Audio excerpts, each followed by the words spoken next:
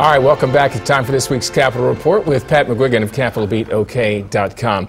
Pat, we discussed briefly pension reform last week. Since then, you've developed a few more thoughts on the topic, so share those with us. Yeah, I underestimated, or as George Bush the Younger said, I misunderestimated.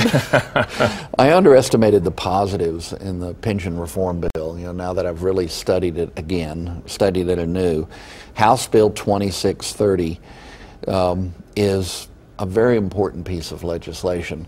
And in a lot of ways, it's a caution to myself as I get older and I'm so concerned about debt and so concerned about unfunded liabilities, federal and state government, to always take a new piece of information as a new piece of information. And the truth is, I missed the forest for the trees, I think, in my initial reporting on this.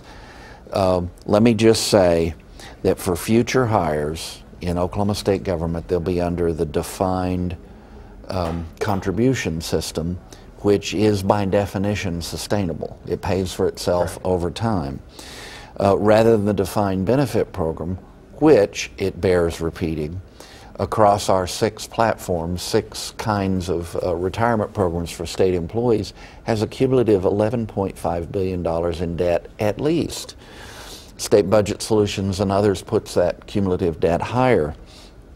This bill, which I'm sure the governor maybe will sign by the time we're having this discussion, I don't know, but I believe the governor will sign it, and it in slow motion makes OPERS, 40% of all state employees, self-financing, makes it pay for itself. This is big stuff. It's historic. It's transformational. And the way to miss the forest for the trees is that it took us decades to get in the mess we're in, and this is a slow-mo way out of the mess. It'll take, 2 to 3 decades.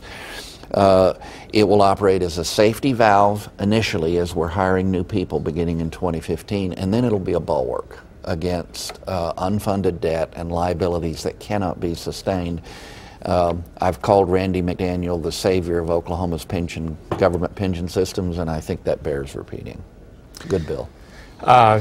Just a little over 3 weeks until we get to the June 24th primary. Any fresh thoughts on the U.S. Senate race? Yeah, in recent days, I've talked to both Connie Johnson on the Democratic side and James Lankford on the Republican side. Connie Johnson is a respected progressive, a credible human being. It's a long shot, but she explained to me in some detail how, as I've put it, a blue gal can win in a red state. And I don't know if she can win or not, but I think she's bringing seriousness to the race, and I think she'll be the Democratic nominee, despite the fact that one of her opponents is a famous name. Then on the Republican side, I've only talked to Lankford. I will talk to T.W. Shannon. Lankford is hitting his stride as a candidate and as a member of Congress.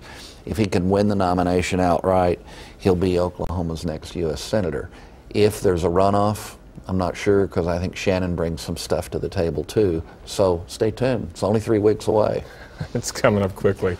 You can read more about these and other topics at CapitolBeatOK.com. For Pat McGuigan, I'm Alex Cameron. Have a good day.